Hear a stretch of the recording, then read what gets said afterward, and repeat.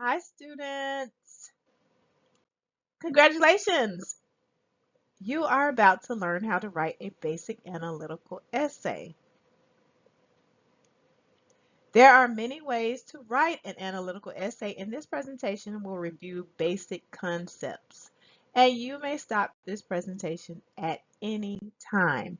Now, before you read this entire presentation, I need for you to do this. I need for you to have a pen or pencil in hand so you can take notes. For you to make sure that you have printed the analytical essay assignment. Don't start the assignment if you don't understand what to do. Contact the teacher for guidance. And I need for you to make sure that you have read the book chapters about analytical writing and read all of the analytical handouts and symbols and meanings handout. Also read the dictionary and literary symbols. You'll need to use that dictionary as a reference. And read all of the available sources from reliable online educational sites. And it's okay if it takes you guys a few days to read this entire presentation. As a point of reference, we are going to use Kate Chopin's short story, The Story of an Hour. This is just a snippet of it here. It's a snippet, okay? What is the general definition of analysis? The general definition is you're going to examine how a small aspect of the text relates to the overall main idea of the text. That's what analysis is all about. You're trying to examine how a small aspect of a text relates to the overall main idea of the text. You are trying to find the figurative meaning, the hidden meaning, not the literal meaning, which is the dictionary meaning. So as an example, this is example thesis statement we'll use for this presentation. And it says Kate Chopin's Story of an Hour symbols are used to express Miss Mallard's new sense of freedom. So symbols, that's a small aspect of the text that we're going to examine. And we're going to examine how it relates to the overall main idea of the text, which is her sense of freedom. Now, nobody wants to read a boring story. So writers use literary techniques like symbols, metaphors, imagery to make their stories more interesting. So a symbol, which is what we're going to focus on, a symbol is something, it could be an idea, a color, number, people, anything could be a symbol that stands for something else. It stands for something other than itself. So for example, a dove is literally a bird. We're not focused on we don't care about the literal meaning in this class. We're focused on the deeper or secondary meaning. On the deeper level, doves are the color white, which could stand for peace. So doves could be a symbol of peace. But also the color white could stand for death. So you see doves being released at weddings, and you also see doves being released during funerals. So it has double, lot of different meanings, okay? And again, writers use symbols and other literary techniques to make their ideas more interesting and their stories or their text more complex. So this example right here, you are as wise as an owl. If somebody says you're wise like an owl, what does that mean? It means that, think about this. Owls have huge eyes that mean they can see everything, and wise people usually are very observant. Owls can rotate their heads all the way around, so they see everything, and wise people usually see everything. Okay, and let's look at the color. Owls are brown, and brown is associated with anything earthy and anything humble, and wise people are usually said to be humble. So let's look at this example. This is a different example. And we'll use America the Beautiful, the song America the Beautiful, as a point of reference. Remember, analysis is all about showing how a small aspect of the text relates to the overall main idea. So the small aspects of the text would be symbols. We're going to view how symbols in the song are used to represent America's abundance. Okay? The first step, what should you do? You have to identify the symbols in the song. Okay? Got to do that first. And then you got to think about this. What does America mean to you? And how does America represent abundance? Okay, as you identify the symbols, make sure you choose symbols that represent abundance to prove your thesis. So let's identify these symbols. So sky, the sky could represent something that's abundant, it is ongoing, it never ends, right? That's abundance. The color amber, okay, that's a light yellow color. That could represent optimism, right? When people have abundance, they're very optimistic, they're happy.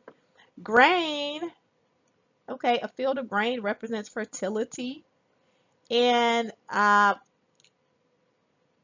when you're fertile, that means you are producing a lot.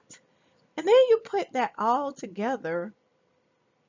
On this side, you can see grains grow in bunches, which represents fertility. America is a very fertile country, full of plenty. Emerald is a light yellow color, and you can read the rest of it as you can see. And all of that represents America's abundance. You guys see what we did?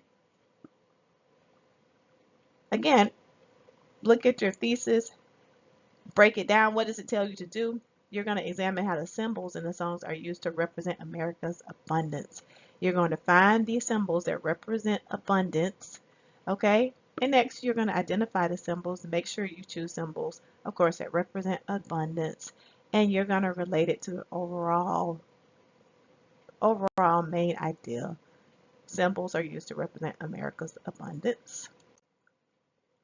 Now, what are the steps to analyzing literature? The first thing, guys, you have to read, read, read. I cannot emphasize that enough. You have to read. As you read the text, you can't skim, you can't scan. You have to sit down and read everything. Read the text twice, once for enjoyment, okay, and once more deliberately. Underline important ideas. Put a question mark by anything that you think is confusing. I always try to find the main idea of the text and the theme. And look at the figurative language and just pay attention. Just take as many notes as you can. That is going to be very, very important. Next, here's an example of what your text should look like. If you are really reading for comprehension, your text, everything you read should look something like this. It should be all marked up just like this. Okay? Now, next, this is very important. Focus on the thesis. Remember, the entire point of analysis is that you are trying to see how a small aspect of the text relates to the overall main idea of the text. So in this case, like we said before, okay, the thesis for this presentation in Kate Chopin's The Story of an Hour, symbols are used to express Miss Mallard's new sense of freedom. Okay, now this thesis is basically telling you to identify the symbols in the story. Okay, and how do these symbols represent freedom? You have to think about what is your definition of freedom. And you really have to think about that. What is your definition of freedom?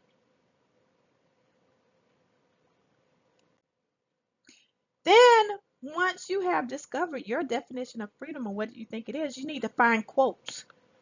Quotes are quotes from the text. I'll say that again. Quotes from the text, okay, that represent,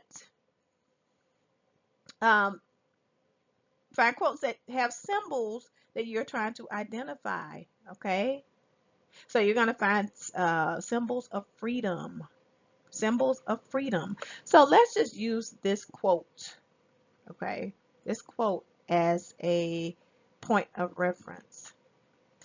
But this is one thing you have to remember, guys, when you choose your quotes, do not choose literal quotes. You have to choose quotes that have symbols in them. Okay, the symbols that relate to your thesis. So in this case, we're finding symbols that reflect freedom.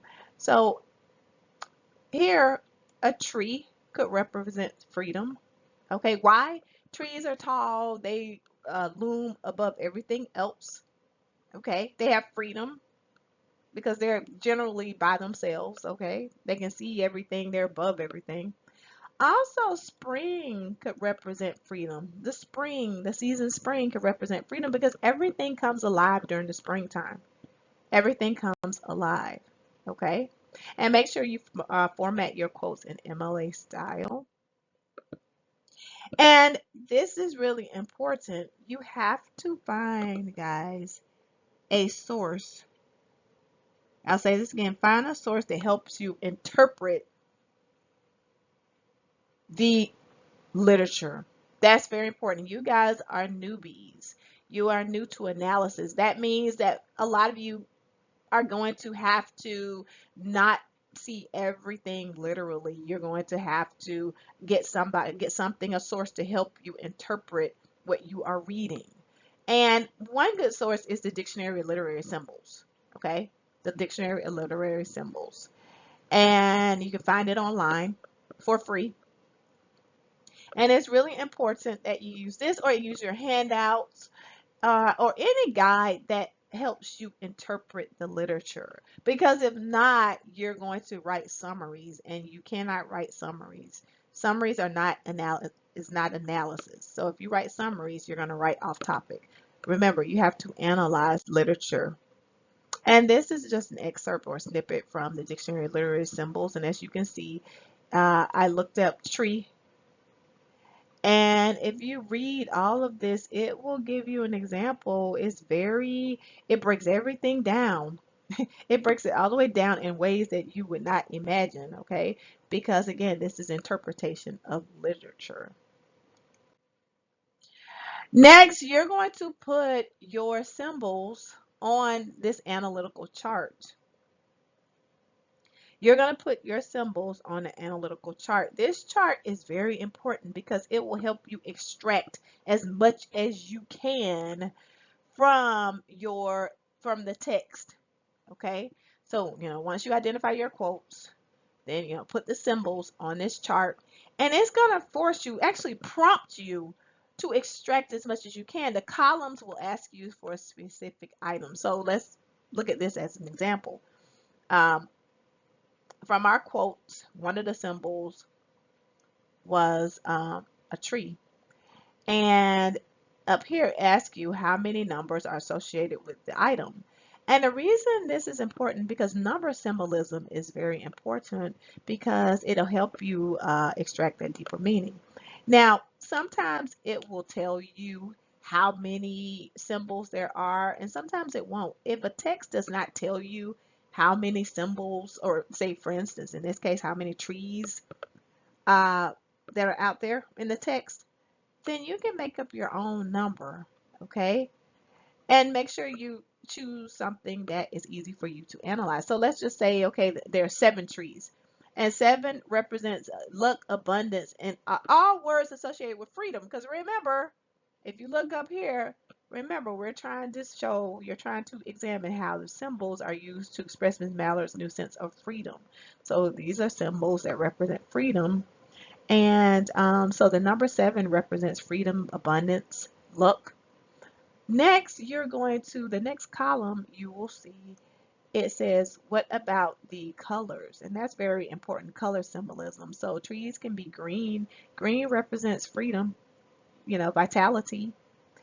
Find a picture of the symbol. Why is this important? Because again, you guys are newbies, and if you can find a picture, that will help you extract more meaning. Okay, I'm not talking about a stick figure picture. Not anything that you like, that you used and you rushed and you just kind of drew a stick figure. I'm talking about a Google image. You're going to have to copy and paste a Google image, put it on this chart, and that will allow you to extract even more meanings, okay? And then at the end, it's going to ask you to put it all together, okay? And this chart will help you at least put some analysis in your essay so you're not summarizing. So use this chart, it will help you. And after a while, you'll you'll know how to write analytically after a while. It'll help you guide you. Now, you got to put it all together. After you've written your introduction and your thesis, you're going to start writing your body paragraphs. And this is the format for your body paragraphs. Of course, you have after your thesis, you're going to start working on your body paragraphs. You have your topic sentence, okay?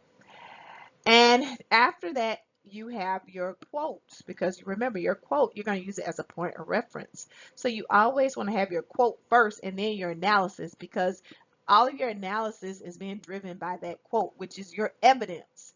Now, um, after the quote, you notice here that the student said a symbol is anything that stands for something else, and that's fine. If you want to make sure you stay on topic, you can definitely add a definition of a symbol in your text. And then here, as you can see, we're looking at the word tree, the symbol tree. And a tree is a symbol because it is green leaves. Like we said, all of this, guys, comes from the analytical template, okay? The analytical chart that I just showed you. And all we did was just put it together. Green leaves, the color green represents vitality, newness, all words associated with freedom. Miss Mallard sees trees, which means abundance, another notion of freedom. If there are 7 trees, that could represent good luck. Furthermore, the top of trees symbolize freedom because it rises above everything else. Numerically, the top can be associated with the number 1, okay, which represents superiority. And then you keep going on and you keep analyzing and analyzing. Here's another quote. The patches of blue sky through the clouds. The sky has no limits, which can be an aspect of freedom. And the color blue represents peace, and white clouds can represent peace and simplicity. All of this has everything to do with freedom. Okay? You're going to put it all together. Now, don't forget to view the student model essay. Don't forget to view that, because that model essay will help you write your paper. Okay? It will help you write your paper. And this is not a mandatory assignment right here on this example before you. This is not mandatory, but it's good practice. And if you want to practice this quote, your love is like a red, red rose, you can practice. And if you want to, you can show the teacher what you've written to see if you're going in the right direction. But it's not mandatory. But if you want to practice for yourself, you should, and just show the teacher and for some guidance, okay? Ask for guidance and just show the teacher what you've written if you want some feedback. And that's it, guys. Students, that's it. That's all I have for you. If you have questions, let me know. Thank you.